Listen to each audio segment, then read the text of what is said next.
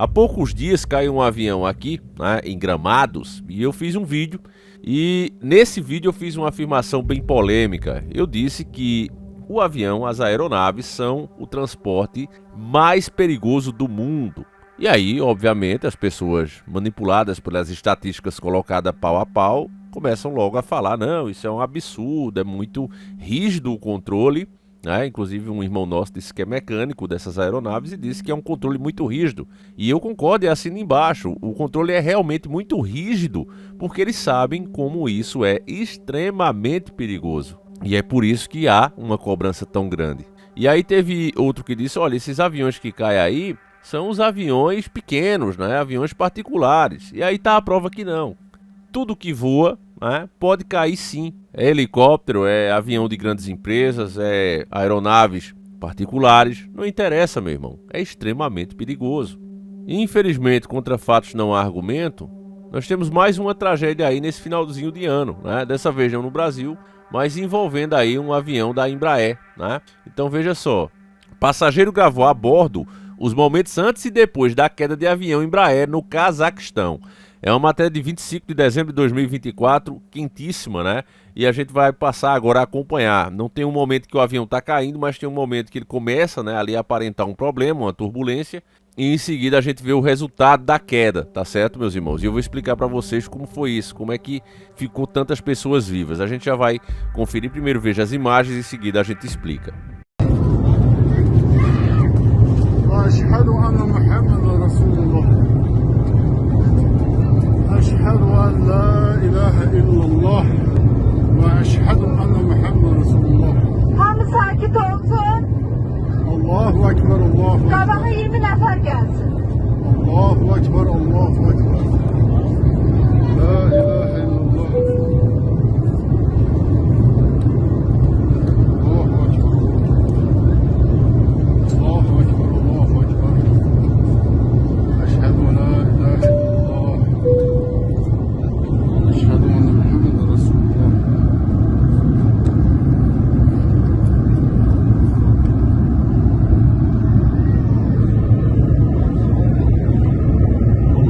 Ekber, Allahu Ekber.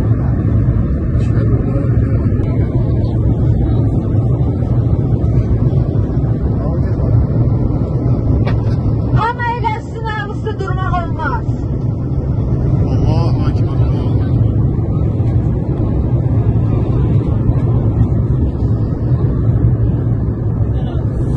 Hamı kəmərlərini bağlasın. Hörmətli sərnişinlər, təlimata uyğun hərəkət edin, hər şey yaxşı olacaq. Allahu Ekber, Allahu Hamı eləsin, kəmərini bağlasın. Dəhlizdə durmayın, təhlükəlidir. Bom, então vamos entender aqui o que é que aconteceu. A queda do avião da Embraer era o E-190 no Cazaquistão na manhã de Natal de 25 de dezembro de 2024. Ela foi captada parcialmente por um dos passageiros que estava na traseira da aeronave, né? Segundo as informações, esse pedaço do avião, ele não bateu diretamente no solo, ou seja, não se esborrachou, né? A parte da frente bateu. Eu já tinha ouvido falar isso, que uma das partes mais seguras do avião seria a cauda, né? Mas também eu acho que depende muito de como ele cai, né, meus irmãos? Seguro isso aí não tem nada. Eu já disse pra vocês, eu não vou e nem recomendo que ninguém voe, ainda mais em final de ano, em épocas de festa, tá certo? A gente sabe que essas datas, ela tem uma espiritualidade muito grande e essas coisas contribuem muito para a falta de sorte, certo? Muitas coisas, em consequências, podem dar errada nessa data. É um fato. Ah, mas se a gente for acreditar nisso, pois é. Os antigos, que eram muito mais sábios na questão espiritual, acreditavam, né? E evitavam muitas coisas, principalmente quando tinha alinhamento de planetas, datas específicas de grandes tragédias. Os antigos sabiam das coisas, mas hoje o povo acha que tudo é por acaso e continua aí, literalmente se ferrando, né?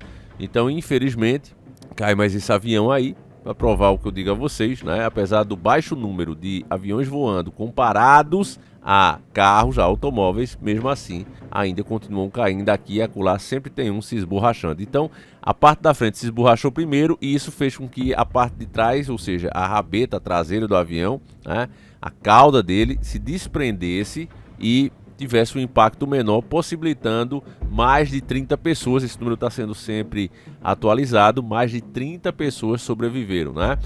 Pode ser até que essa matéria aqui atualize. Deixa eu continuar com a matéria, ó. O jato da Azerbaijan Airlines, AZAL, levava 67 passageiros e tripulantes a bordo e aparentemente teve perda de controle em voo, fazendo o piloto declarar emergência e acabar num pouso forçado numa área desabitada próxima do aeroporto de Aktawa. Um total de 39 vítimas fatais foram inicialmente confirmadas, mas dos 28 sobreviventes, a maioria estava na cauda, e um deles gravou o momento em que o jato fabricado no Brasil apresentava problemas ainda em voo. Então é isso que envolve o Brasil, né? Avião da Embraer, né? E ele cai, se esborracha, e as pessoas que estavam na cauda conseguiram sobreviver, graças a Deus, né? Que fez com que essa parte se desprendesse, né? E caísse mais suavemente ali no chão, né? Porque quando cai com tudo, meu irmão, aí realmente só a pressão, né? Dizem que antes de bater no chão a pessoa já está falecida, infelizmente. Na primeira parte da filmagem é possível ver que algumas máscaras de oxigênio estavam acionadas e parte do painel lateral de revestimento foi desprendido. Já na segunda parte do vídeo, com o avião já em solo após a queda, é possível ver um cenário caótico com bagagens espalhadas e pessoas caídas pela aeronave. E aí a gente acabou de confirmar, né, meus irmãos? Então é isso, né? Não tem muito o que falar aqui. Infelizmente, muitas pessoas falecidas, né? O ceifador literalmente tá solto, tá trabalhando dobrado nesse final de ano. Fora, meus irmãos, o que a própria mídia não fica mostrando, mas eu recebo muitas dicas aqui dos inscritos, inclusive congestiona meus e-mails, porque o pessoal manda muito vídeo também com esses pequenos acidentes, né, que ceifa muitas vidas pelas estradas, né? Realmente é uma situação caótica que a mídia não faz a ligação, né? A mídia regional de cada setor vai informando. Eu acho que é até para isso que ela existe, né? Porque se a gente ficasse ouvindo todas as informações que acontecem no Brasil, né, pelo menos as principais envolvendo falecimentos, você ia ver o caos que está a nossa nação, né? Nem em países que estão em treta você tem um índice de falecimento tão grande por dia, né, como um país como o Brasil. Então é um descaso total, né? É uma falta de infraestrutura, uma infraestrutura que se paga tanto para ter. Tirando isso, na questão espiritual, meus irmãos, há datas específicas onde certas entidades ficam mais fortes, sim. Isso é um fato, não tem o que fazer, né?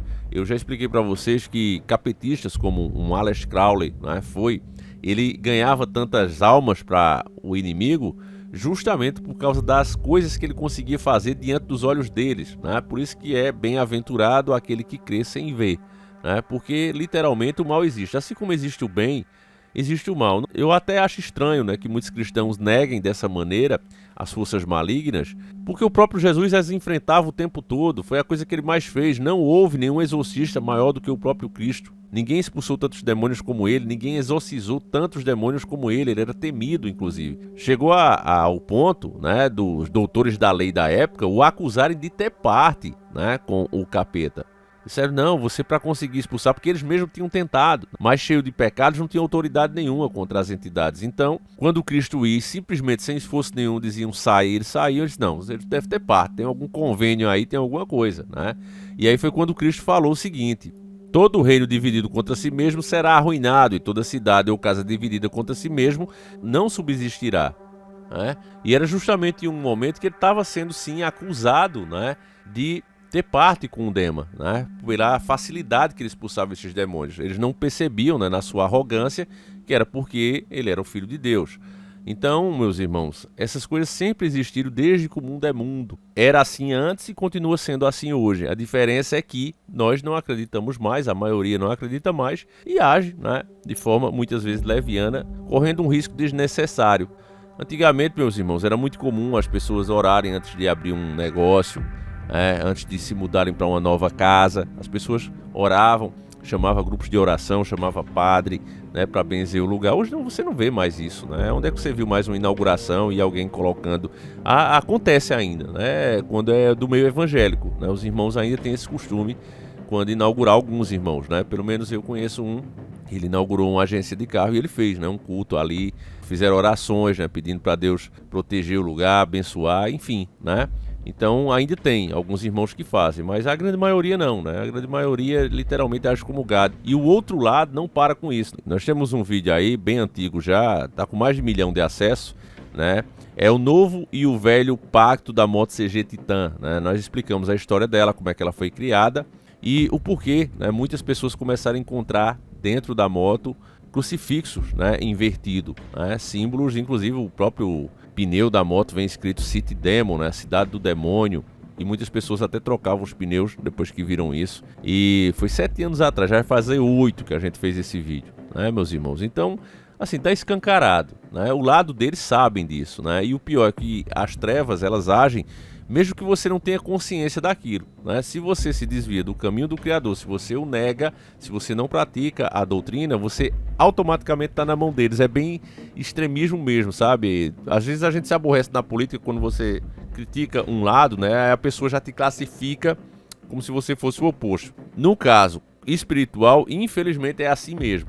Não é questão de ser extremista. Quando você nega a Deus, você infelizmente automaticamente está à mercê das forças das trevas. Então é um símbolo que a pessoa está brincando, é um personagem, né, que na verdade é uma entidade pagã e foi transformado em um super-herói da Marvel, um super-herói da DC, e o pai compra aquilo, leva para a criança. Foi uma maneira, meus irmãos, que o capetista encontrou, e eu tenho um artigo muito bom no nosso diário mostrando esses deuses, né, como eles eram e como foram transformados, né? E eu vou cumprir a minha promessa aqui. Eu disse que o que eu pudesse trazer aqui para vocês, principalmente para as pessoas que ainda não podem comprar, né, porque está sem condição agora, a situação está muito ruim, o que eu puder trazer, principalmente esses trechos importantes e que passa aqui no YouTube, eu vou fazer, né? E acaba eu ajudando essas pessoas e servindo de propaganda também para aquelas pessoas que podem adquirir. Então veja, um trecho desse artigo, eu não vou ler todo, mas um trecho muito importante é esse, ó: o poder das estátuas e pinturas satânicas. Estátuas e pinturas satânicas não passam de obras feitas por homens, porém quando são satanicamente inspiradas, os demônios podem aparecer ao seu lado e dar proteção aos seus adoradores e agir no lugar onde estão, mesmo que o seu dono não saiba o seu real significado. É por esse motivo que satanistas e ocultistas presenteavam as pessoas que queriam amaldiçoar com as estátuas e pinturas dos ídolos. Muitos impérios do passado sucumbiram logo após saírem vitoriosos e levaram no meio dos despojos de guerra as imagens dos demônios, e assim sofrerem todo tipo de peste e maldição para o meio do seu próprio reino. Era por saber disso e sofrendo na própria carne que os antigos não aceitavam presentes de estranhos, e às vezes, quando vinham de alguém acima deles e ficava ofensivo devolver, quando a pessoa saía, né, e ia embora da presença deles, eles queimavam. Hoje em dia, os satanistas arranjaram um novo método de trazer maldição para o lado das pessoas desavisadas e ainda ganharem um bom dinheiro com isso. Elas pegaram diversas entidades pagãs e transformaram em heróis. Um belo exemplo é o Thor, um deus pagão que recebe sacrifício humano. Uma prova por si só que se trata de mais uma identidade falsa do demônio que, como a Bíblia nos avisou, ele é mentiroso, desde o início.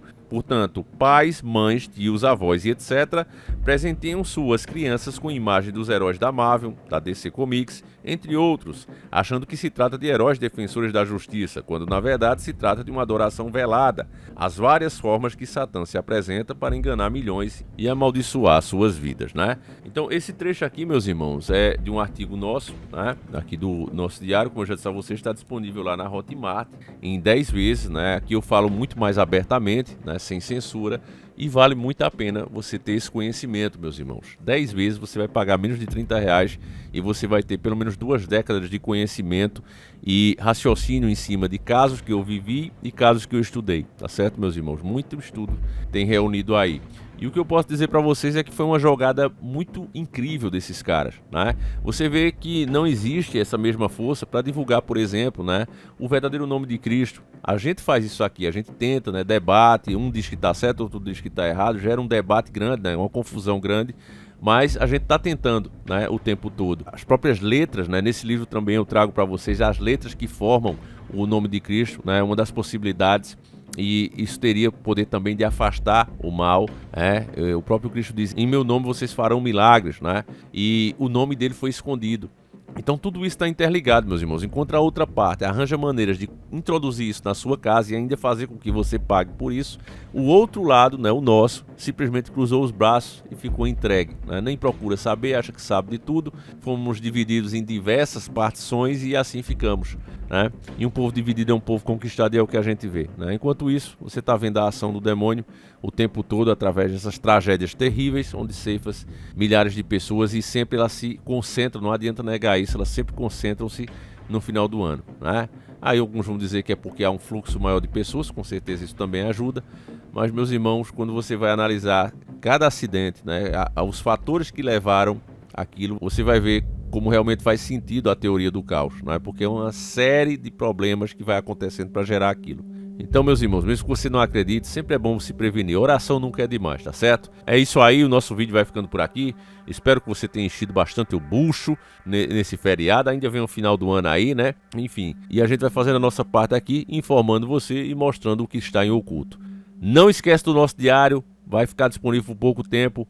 Lá na Hotmart você consegue comprar em 10 vezes sem juros. Quem está pagando o juros sou eu, Davi. Você pode dividir no seu cartão em 10 vezes sem juros. Corre lá e baixa o livro digital, tá certo, meus irmãos? Fiquem com Deus, agora sim eu vou indo embora. Que Ele proteja cada um de vocês. Um abraço e a gente segue juntos. Fui!